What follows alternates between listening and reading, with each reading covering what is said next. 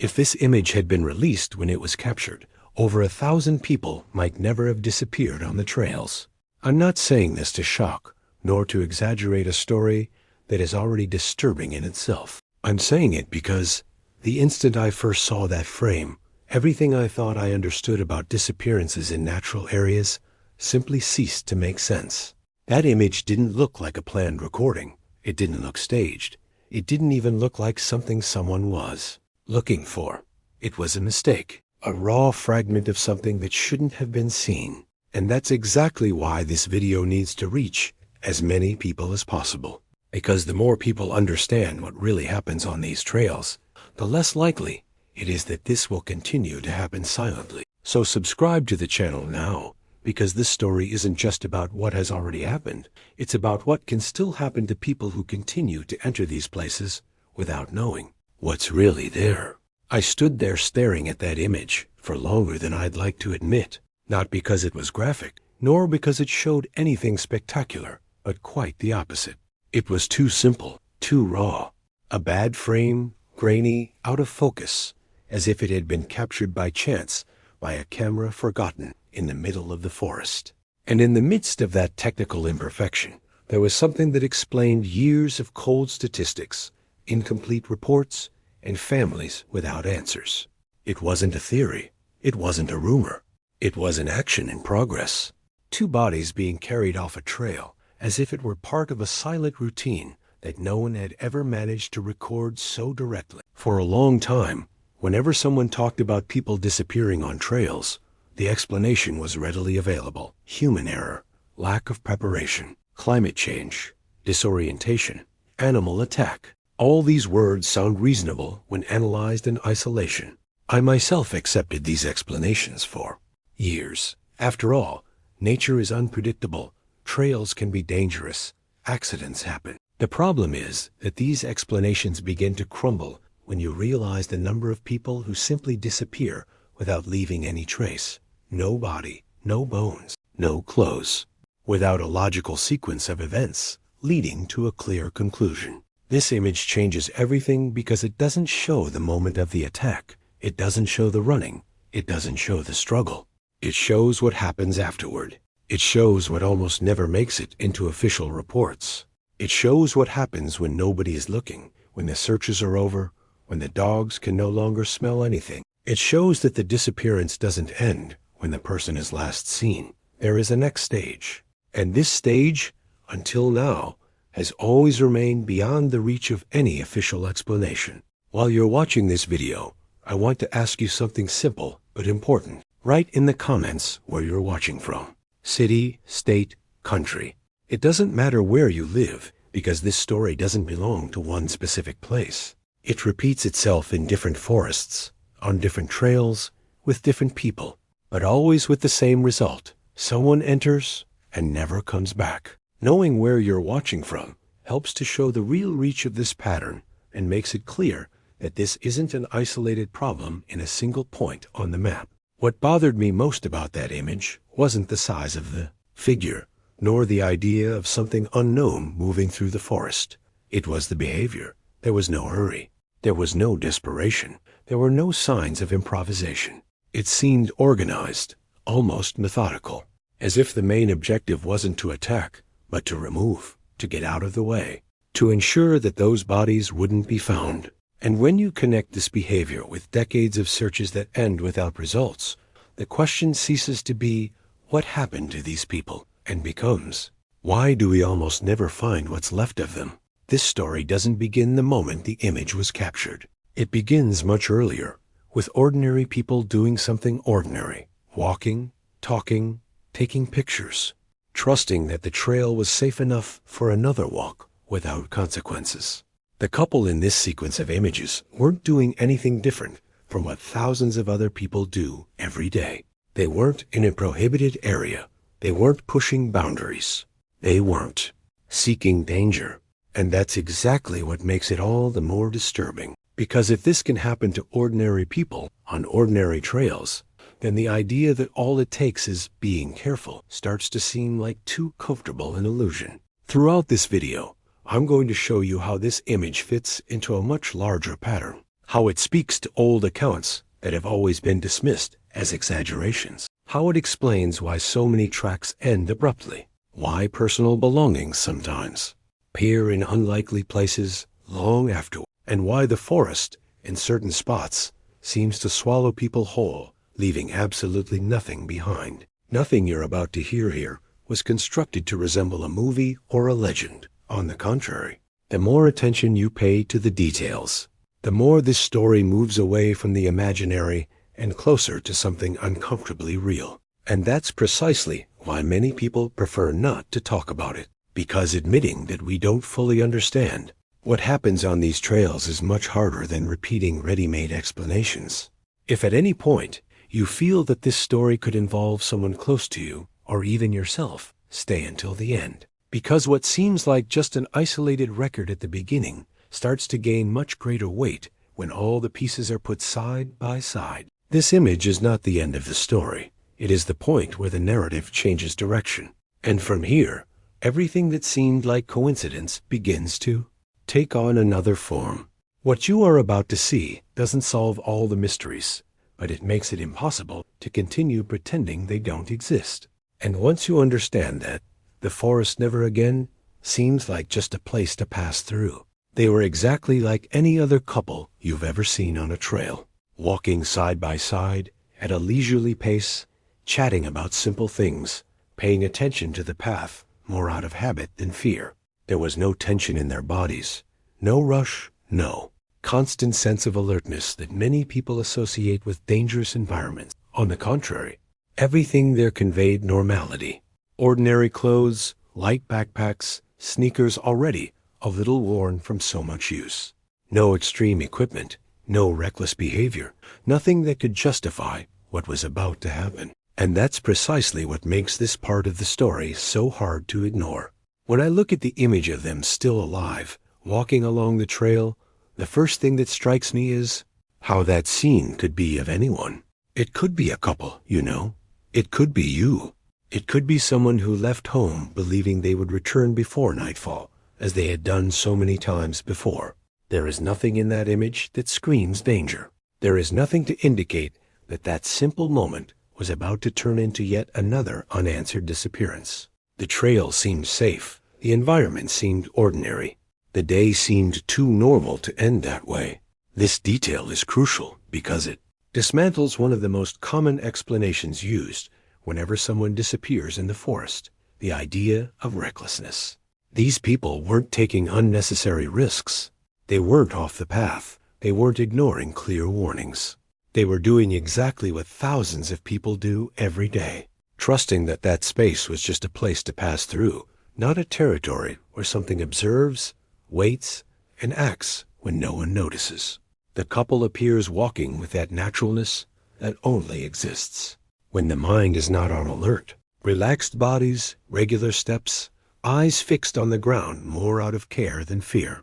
There is no hurry to get anywhere.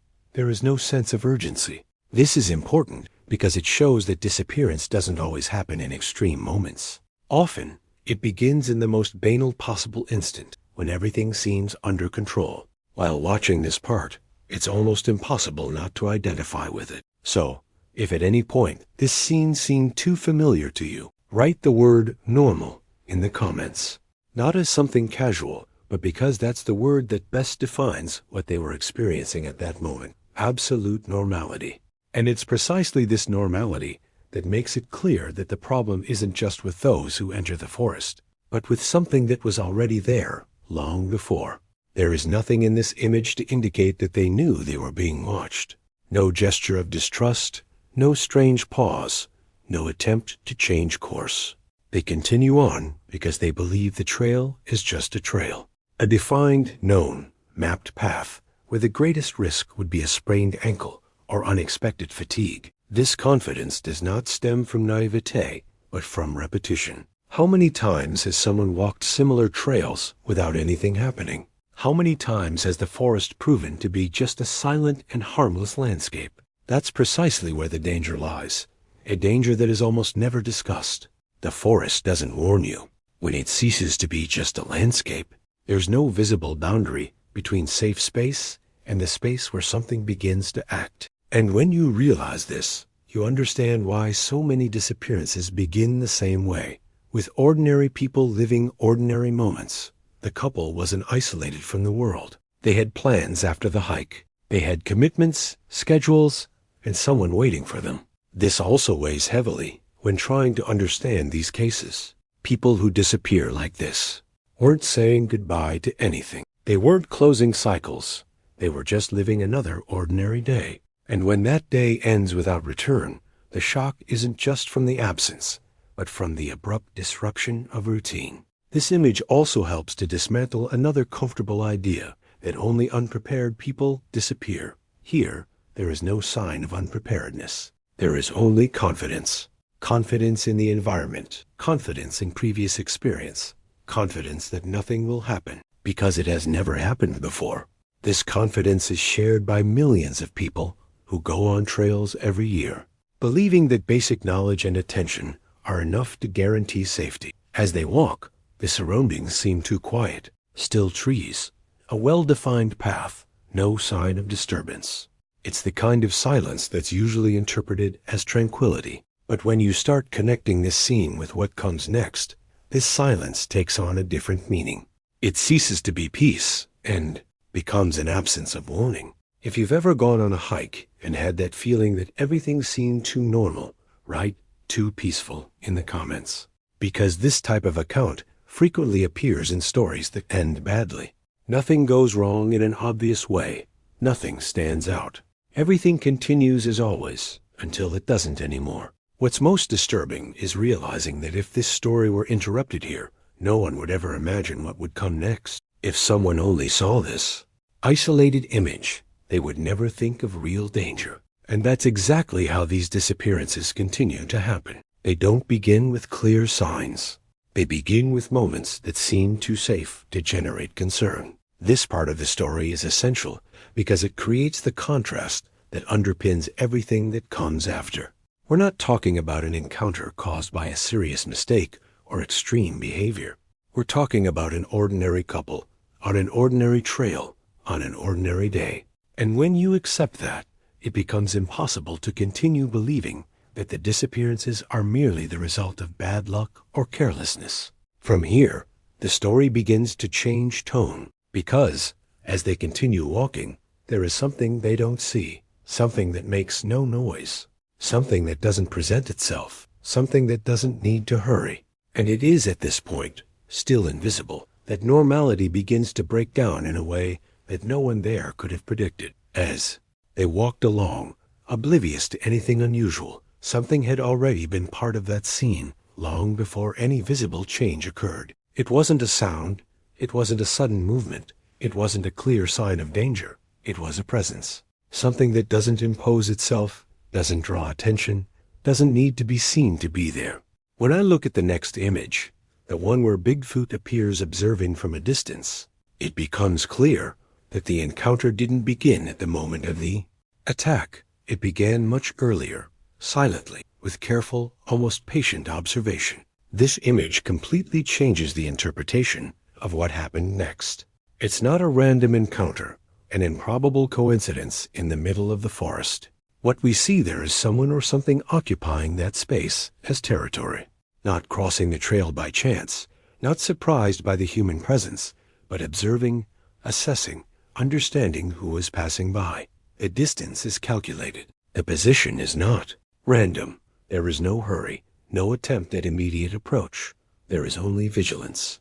This detail directly relates to something that appears repeatedly in accounts from hikers who disappeared or who, for some reason, managed to return. Many of these people describe a feeling that is difficult to explain.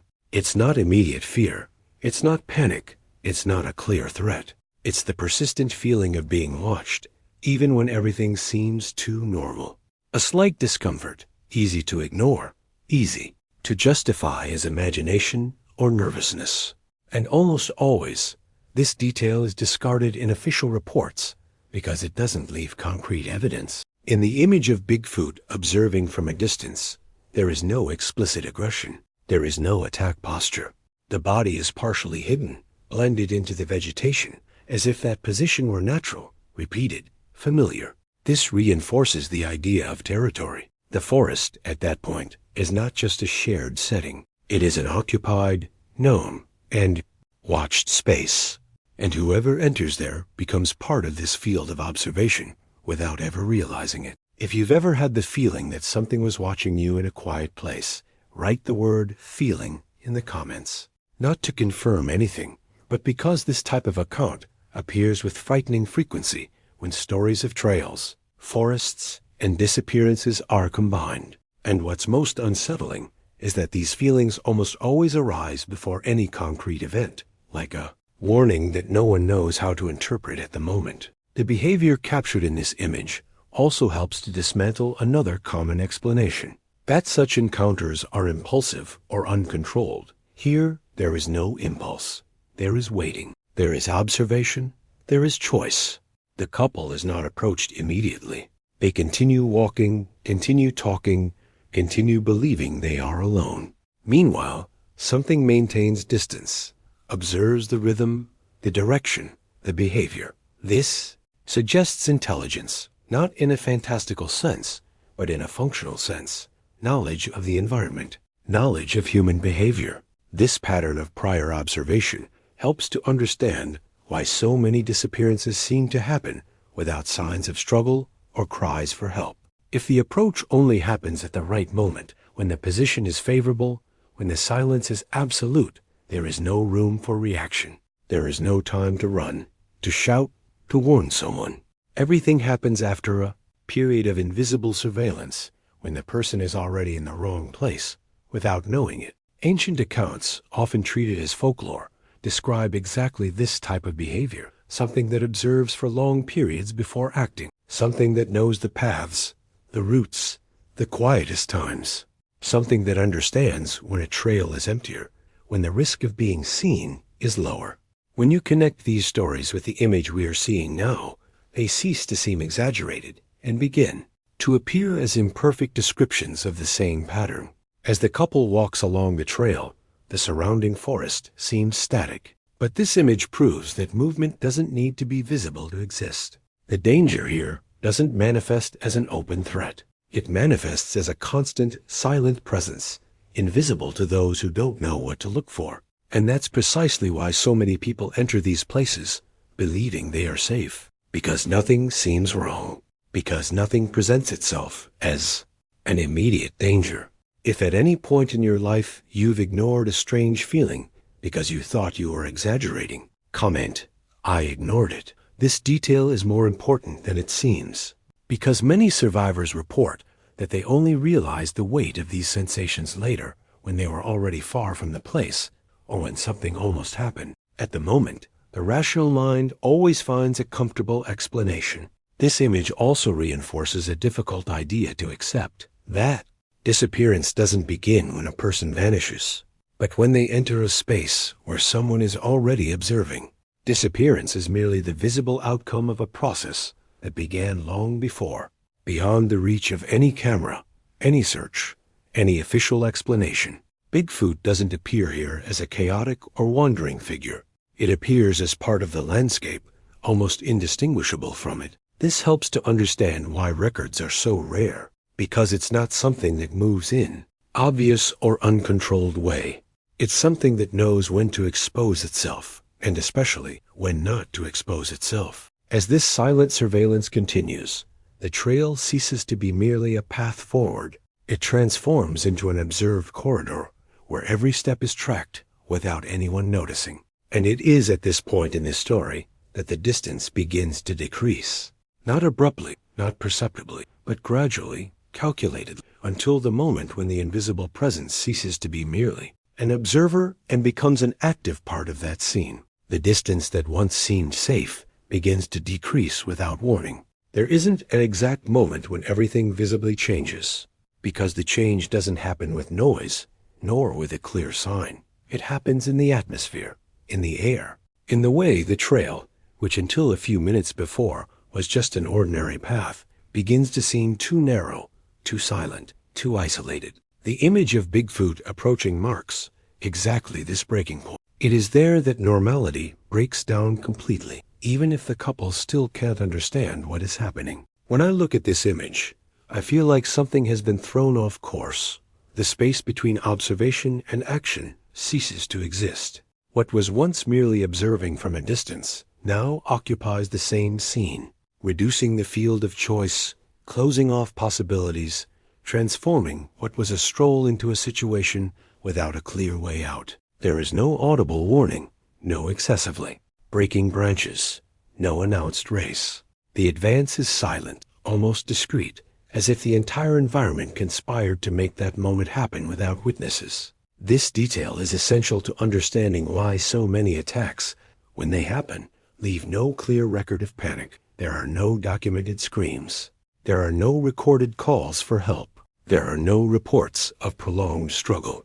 Everything indicates that the transition from everything is fine to there is no more control is too quick to allow for reaction. And when the reaction happens, it's already too late. The image shows Bigfoot advancing without apparent haste. This may seem contradictory, but it is precisely this lack of urgency that makes the scene even more disturbing. It is not an impulsive attack, driven by immediate hunger or uncontrolled instinct. The movement is calculated. The body occupies the space in a dominant, but not explosive way. It's as if the path was chosen precisely because there would be no interruption, no help, nowhere to run. Up to this point, the couple still carries within them the recent memory of tranquility. The brain takes a few precious seconds to let go of the idea that this can be explained. The mind tries to understand if it's a common animal, if it's someone passing by, if it's just an out-of-proportion shadow. This delay in understanding is fatal. It creates an interval in which the danger is already too close to be avoided. Accounts from survivors of similar situations, though rare, describe this moment exactly. An instant when fear doesn't arrive as immediate panic, but as confusion. Something doesn't fit, but it's not yet identified as an absolute threat. This short interval is enough for the approach to complete.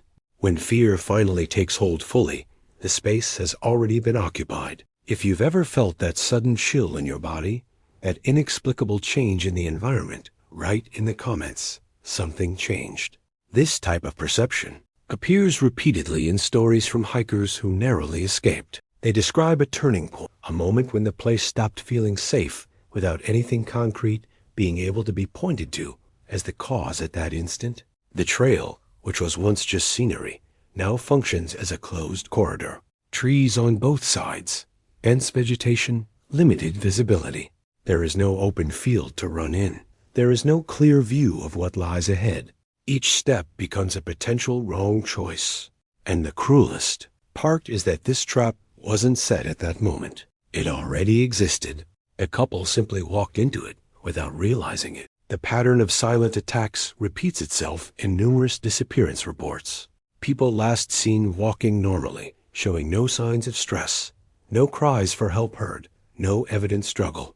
This doesn't happen because nothing went wrong, but because everything happened too quickly and in the most unfavorable way possible for the person being attacked. Silence is not the absence of an event. It is a consequence of efficiency. The image of Bigfoot approaching carries this weight. There is no dramatization. There is no spectacle. There are no elements that seem designed to impress. That is precisely what gives the scene its strength. It seems functional, necessary within its own logic. And when you observe carefully, you realize that it is not a mistake along the way, but an encounter that followed a very specific pattern.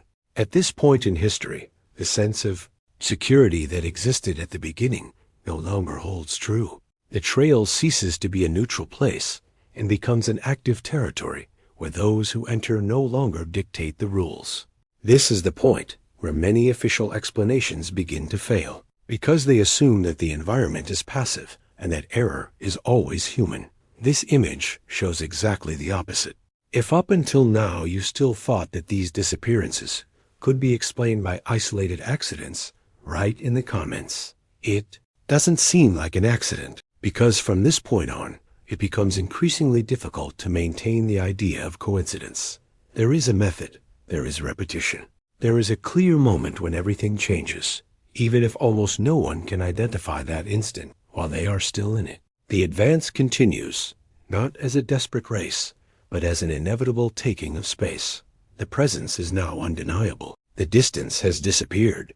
And it is at this point, when fear finally takes hold completely, that the journey ends for good and the trail reveals its true function in that story, preparing the ground for what happens next. What happens next is anything but cinematic, anything but grand, nothing that seems like a scene designed to impress. That's precisely why it's so frightening. The image of the imminent attack shows a couple who finally understand that something has completely spiraled out of control. But this understanding comes too late. Fear doesn't appear as a scream. It doesn't explode in an immediate reaction. It settles in a disorganized, confused, heavy way. The body understands before the mind. Breathing changes, muscles tense, reasoning breaks down.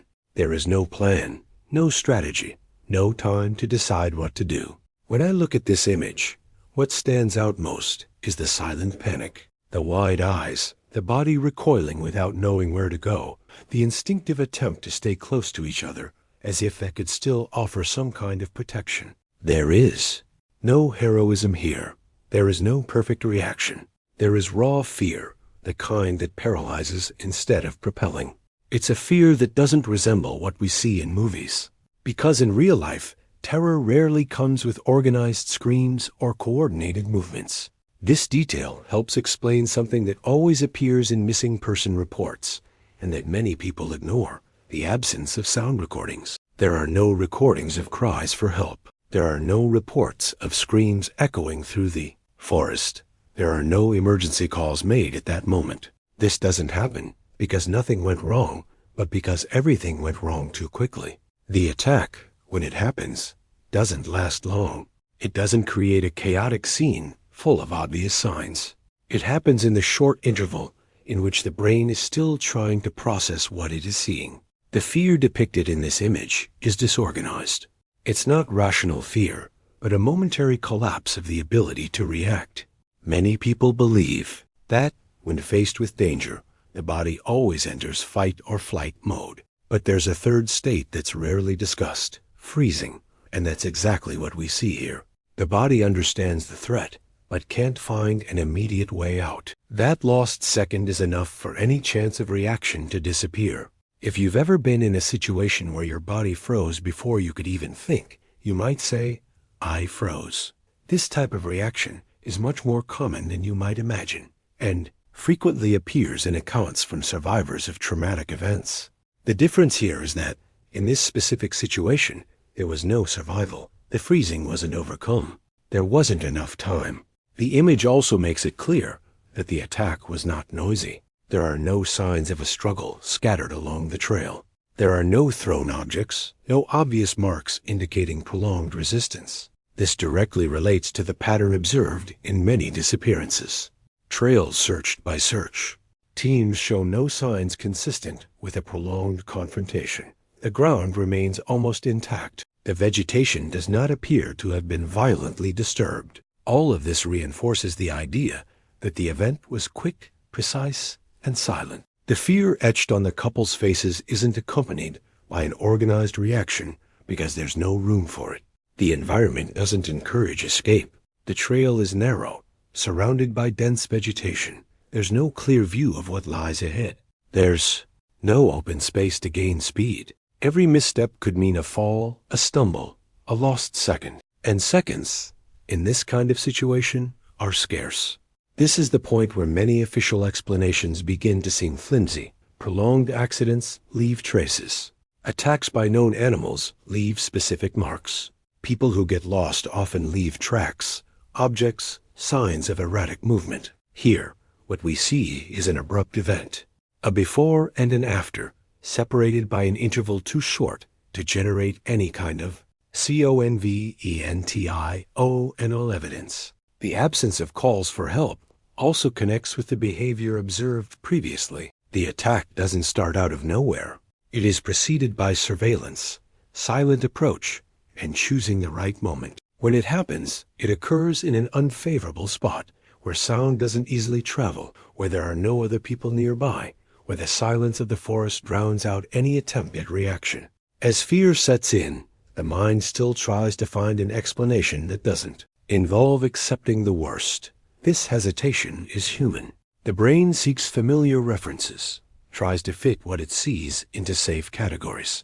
Common animal, visual deception, shadow. This delay in accepting real danger is costly. It steals the last seconds that could be used for any kind of action, even a desperate one. If this part of the story is bothering you more than you expected, write in the comments, "This is too real," because that's exactly the feeling that many accounts evoke when analyzed without the comfortable filter of ready-made explanations. The fear here isn't exaggerated. It isn't dramatized. It's functional, raw, direct.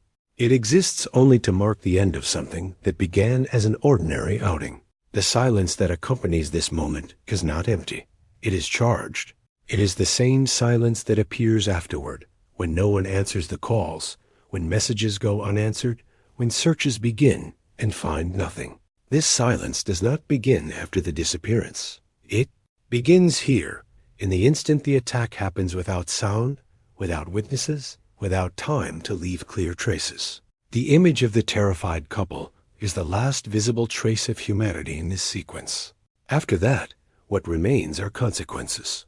Bodies that don't appear, traces that are interrupted, explanations that don't add up. It is at this point that the story ceases to be just about fear and becomes about absence. Because the attack is not a long process.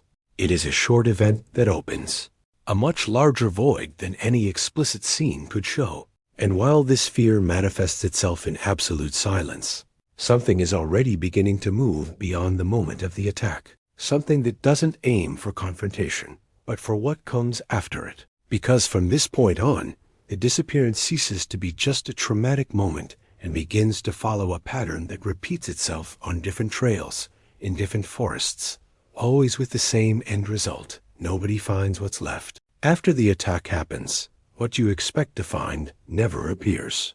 This is where the story ceases to be merely frightening and becomes deeply unsettling. The transition to close-up images of the man and woman being dragged away is not just a visual shift. It's a shift in logic. Up to this point, it would still be possible to imagine an accident, a desperate escape, a fatal mistake, followed by natural consequences. But these images show something completely different. They show what comes after. And the after is almost never considered when discussing disappearances on trails. When you closely observe the body being dragged, there is no rush, no lack of control, no explicit violence at that specific moment. There is direction. There is intention. The body is not abandoned where it fell. It is not scattered. It is not in plain sight. It is being removed from the path. And this detail, in itself, answers a question that has haunted families, search teams, and independent investigators. For decades, why do we almost never find bodies, clothing, or skeletal remains? The image of the man being dragged shows something that official reports never quite managed to explain. The body doesn't follow a chaotic trajectory. It's carried off the trail, into the woods, far from where tracking dogs usually work best, far from the visual range of those who retrace the route later.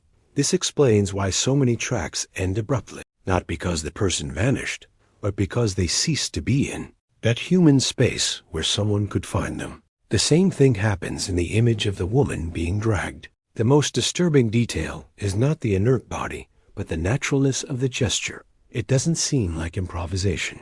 It doesn't seem like a moment of decision. It seems like part of a process that has happened before. And when you accept this possibility, everything starts to fit together in a way that's hard to ignore.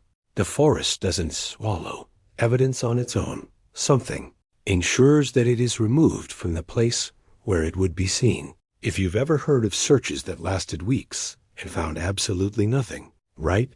They found nothing in the comments. This phrase appears repeatedly when talking about disappearances on trails. And for a long time, it was treated as a natural consequence of the environment, animals, climate, decomposition. But these explanations begin to fail when the pattern repeats itself in different places with different conditions. Always with the same result, total absence. The idea of systematic removal completely changes the way we look at these cases. We're not talking about an attack that ends there. We're talking about a two-stage process. First, the discovery. Then, the erasure. What these images show is precisely this second stage, the one that is almost never considered because it doesn't leave easily identifiable traces. Bodies removed from the trail don't generate accidental discoveries. They aren't found by other hikers. They don't appear in tourist photos. They don't enter the common field of vision. This also helps explain why, in some rare cases, personal objects reappear years later in locations that had already been searched, not as scattered remains, but as isolated items, sometimes too clean, too well preserved. Following this logic, these objects weren't forgotten there at the moment of disappearance. They were left there afterward, placed there, reintroduced into human space at a time that doesn't raise as many questions. When you connect these images with reports from search teams, the pattern becomes even clearer. Sniffer dogs follow the trail normally up to a specific point and suddenly completely lose the scent. Not a gradual weakening, but an abrupt interruption.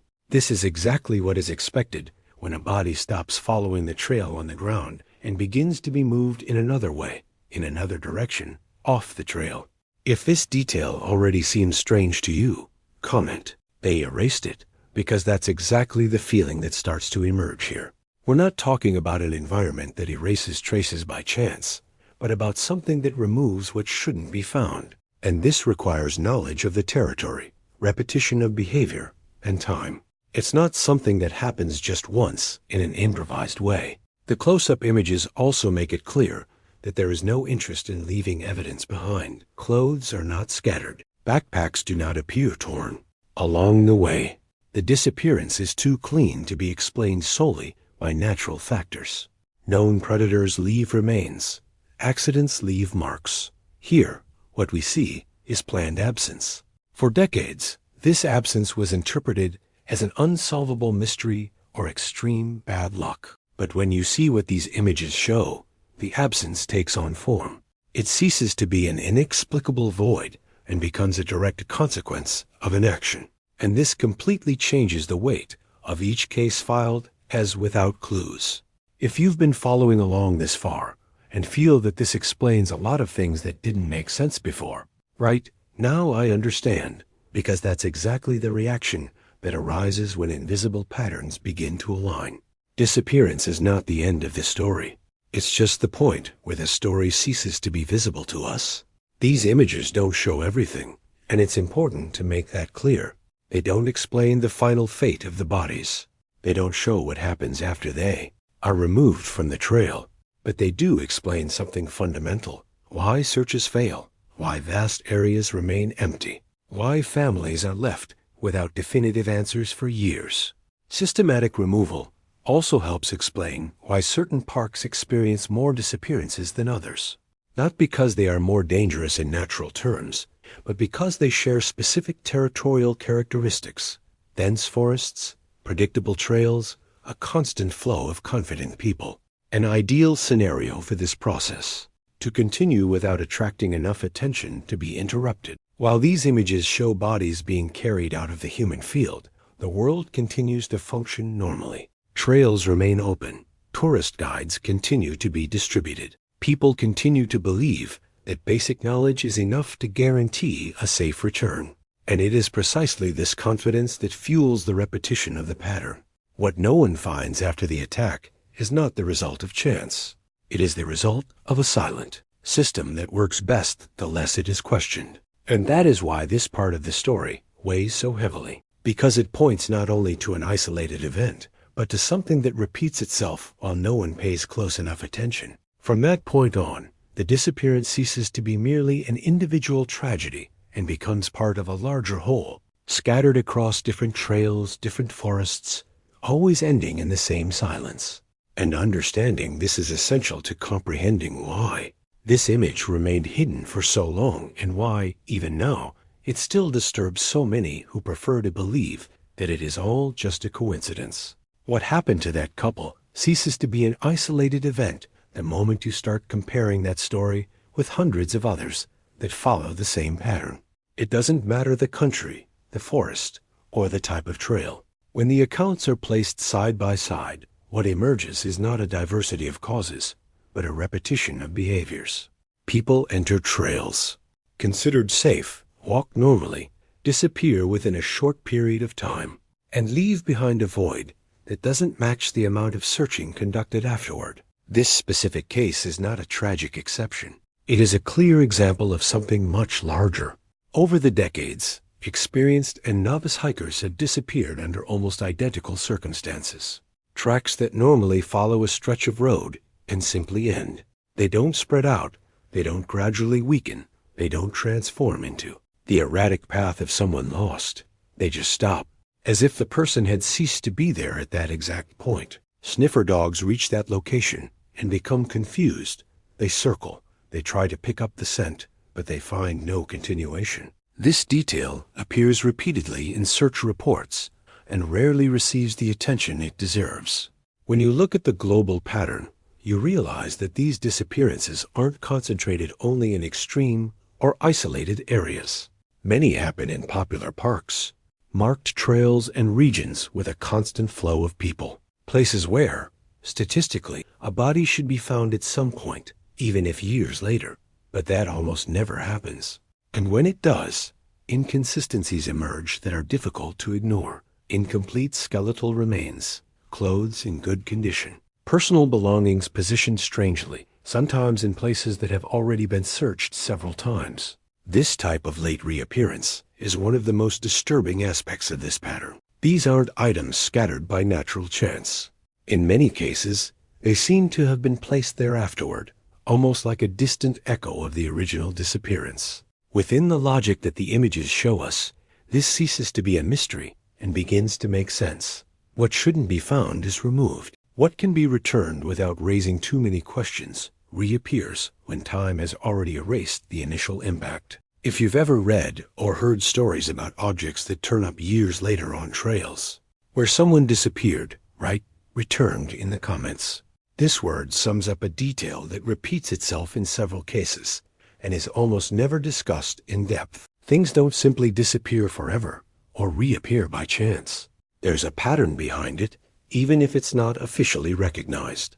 Another recurring theme globally is how investigations end. After weeks or months of intense searching, the effort diminishes. Official teams reduce the search area. Volunteers need to return to their routines. The case is then treated as unsolvable. Probable accident, disorientation, environmental exposure. Generic terms that don't explain the body of evidence, but which conclude the administrative process. The disappearance ceases to be an active investigation and becomes a statistic. When you connect this with the behavior shown in the images, it becomes clear why so many investigations end without answers. They search for something that is no longer there. They retrace paths where the body never remained. They scour areas where traces have already been removed. It's not a lack of effort.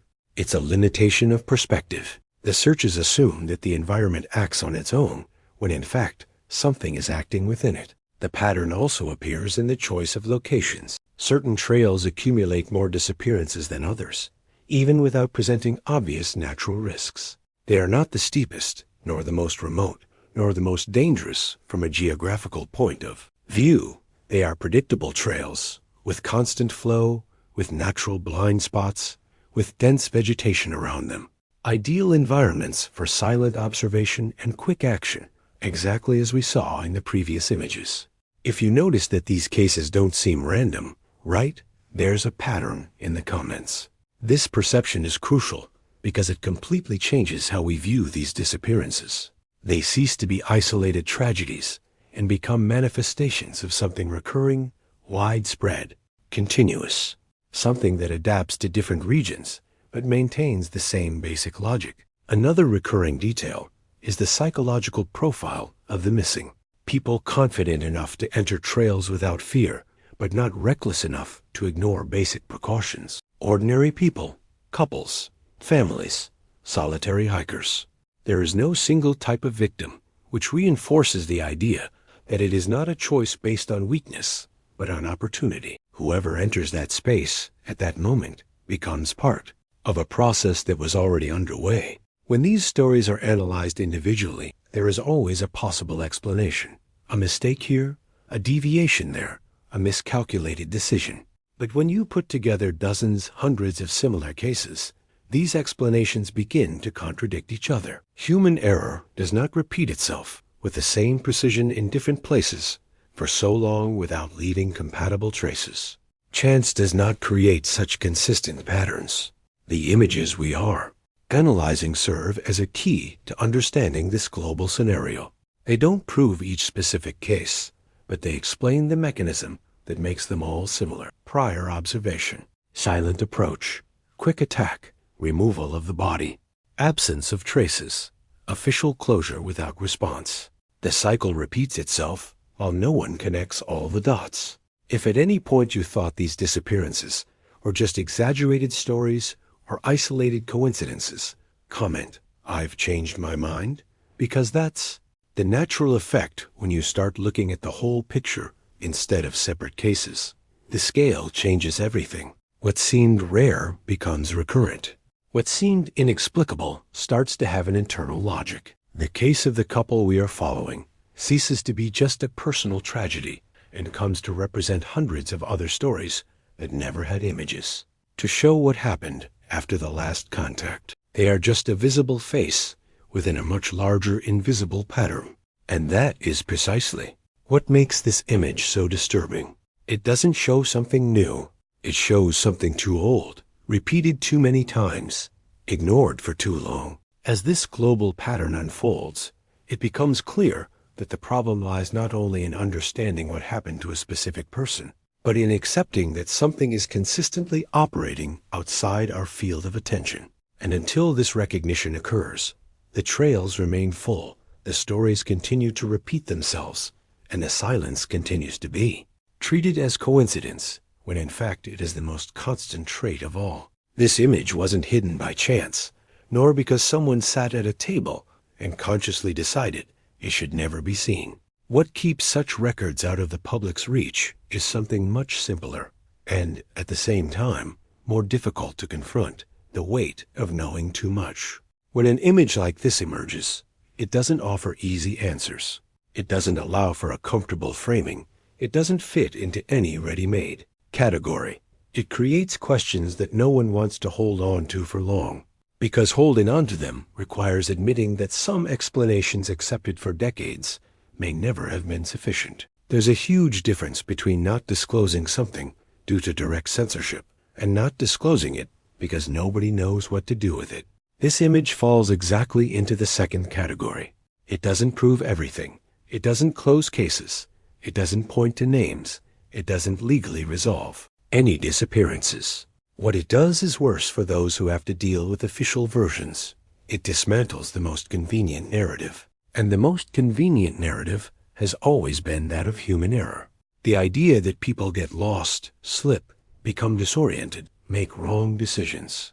This explanation is comfortable because it keeps the problem under control within known limits. It allows us to continue opening trails, distributing maps, encouraging visits, without having to deal with something that completely deviates from protocol. When an image suggests that there is an action after the attack, something that removes bodies, that directly interferes with the search results, this narrative begins to crumble. Not because someone is deliberately lying, but because admitting this would mean acknowledging that there is a factor beyond human control operating in these environments. And this is something that institutions, communities, and even individuals prefer not to face.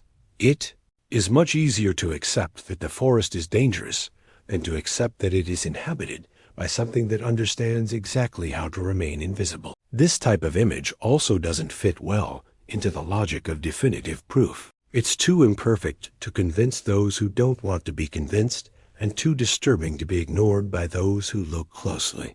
It remains in an uncomfortable limbo. It's not clear enough to become official evidence, but it's too strong to be dismissed as an illusion. And when something occupies this space, the natural tendency is to leave it aside, not to fuel the debate, not to amplify the discussion. If you've ever noticed how certain issues simply disappear from public conversation without ever being truly resolved, you might say, they just let it go, because that's exactly what's happening here. There's no need to actively hide it. Just don't insist on it. Just don't highlight it.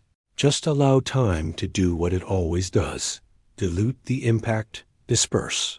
Interest, transform something unsettling into just another forgotten file. Another important point is that images like these put ordinary people in an uncomfortable position. Hikers, forest rangers, search teams, park managers. Nobody wants to bear the responsibility of admitting that perhaps there is something that cannot be controlled, monitored, or predicted. The explanation of human error, however insufficient it may be in many cases, protects everyone from a much bigger question. If it wasn't an error, then what was it? The idea of "it's better not to know" doesn't come from nowhere. It arises as a collective defense mechanism. Knowing too much generates fear, generates questioning, generates pressure for changes that no one knows how to implement. How do you warn about something that isn't officially recognized? How do you close trails based on patterns that can't be proven in the traditional way? How do you explain to families that perhaps the disappearance wasn't an accident, but something much harder to accept? This image threatens precisely this fragile balance. It suggests that perhaps we are not dealing only with individual tragedies, but with a silent system that has been operating for a long time. And such systems do not like the light, not because they are organized like a human conspiracy, but because they depend on ignorance to continue functioning. The fewer questions, the better.